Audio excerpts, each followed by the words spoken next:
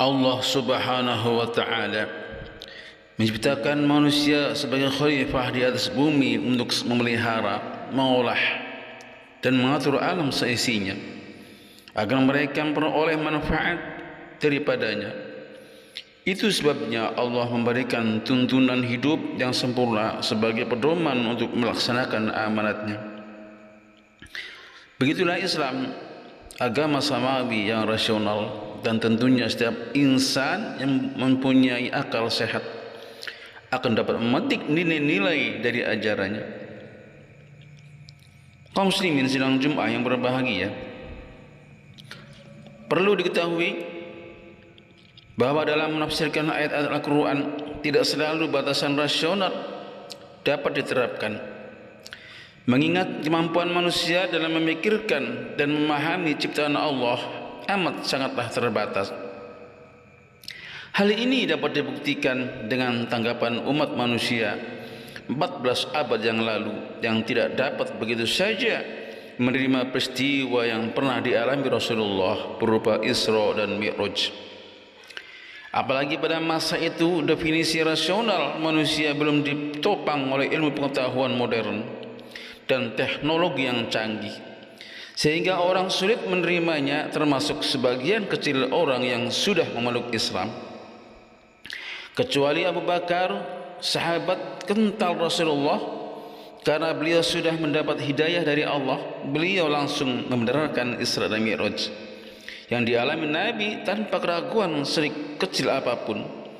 Dari situlah sahabat Nabi ini dianugerahi gelar As-Siddiq, artinya yang memberi kesaksian kepada kebenaran.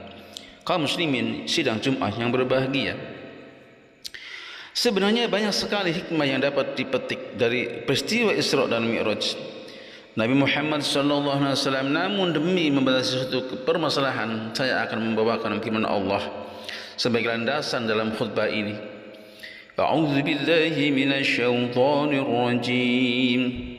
Laqad kana lakum fi rasulillahi uswatun hasanah liman kana yarjullaha wal yawmal akhir wa dzakarallaha katsira. Sungguh ada bagimu semua di dalam diri Rasulullah suri teladan yang baik bagi yang mengharapkan Allah dan hari kemudian, dan dia banyak menyebut Allah. Ayat tersebut merupakan suatu penegasan bahwa Rasulullah SAW adalah contoh yang harus kita ikuti. Sebab dengan mengikuti dan mencontoh jejak dan perilaku beliau, kita akan memperoleh keridhaan Allah, dan Allah pasti menjamin kebahagiaan hidup kita di hari kemudian. Dari keterangan di atas kita dapat mengambil hikmah dari peristiwa Isra dan Mi'raj Nabi Muhammad SAW tentang penerapan akhlakul karimah dalam kehidupan bermasyarakat. Karena pada dasarnya Rasulullah diutus ke dunia ini adalah untuk menyempurnakan akhlak, dan ini kiranya sabda Rasulullah, innama bu'itsu liyutammima makarimal akhlaq.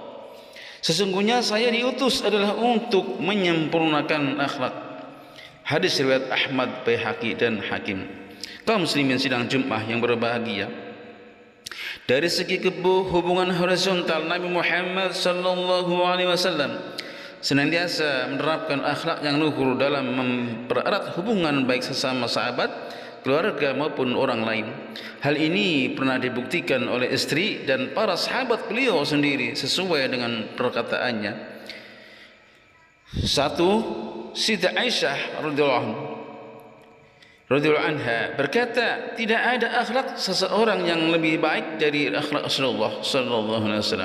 Siapa saja yang memanggil Rasulullah, baik para sahabat maupun keluarganya, beliau selalu menjawab dengan ucapan labbaik, kata untuk menyambut panggilan atau ajakan.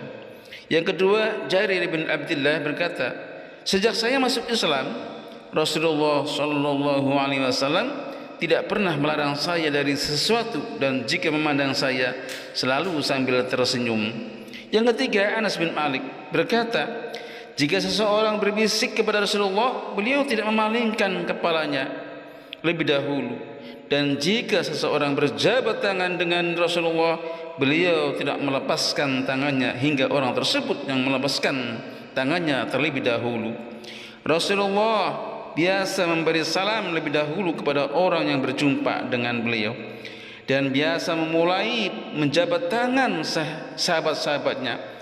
Juga tidak pernah terlihat Rasulullah melonjorkan kakinya di depan sahabat-sahabatnya, karena beliau tidak suka menyempitkan orang lain atau berlaku kurang sopan di depan mereka. Kaum muslimin sidang Jumat yang berbahagia, alangkah sentosa dan damainya suatu negara bila masyarakatnya mengambil nilai-nilai akhlak sebagaimana yang telah dicontohkan oleh Rasulullah sallallahu alaihi wasallam. Dalam hal ini beliau telah memperingatkan kaum muslimin agar senantiasa menerapkan akhlakul karimah dalam kehidupan bermasyarakat. Rasulullah bersabda, "Man kana yu'minu billahi wal yawmil akhir falyuhsin jarahu, wa man kana yu'minu billahi wal yawmil akhir falyaqul khairan aw liyasmut." Barang siapa yang beriman kepada Allah dan hari akhir, maka hendaklah berbuat baik terhadap tetangganya. Dan barang siapa yang beriman kepada Allah dan hari akhir, hendaklah berkata yang baik atau lebih baik diam. Hadis di atas memberikan kesimpulan bahwa kita umat Islam diwajibkan untuk saling menghormati antara satu dengan yang lain, menciptakan kerukunan dan menghindari perceraian. Allah SWT telah menjanjikan nikmat bagi hambanya yang mau menciptakan persaudaraan, sebagaimana firman Allah, "A'udzu billahi minasyaitonir rajim, fa asbahtum bi ni'matihi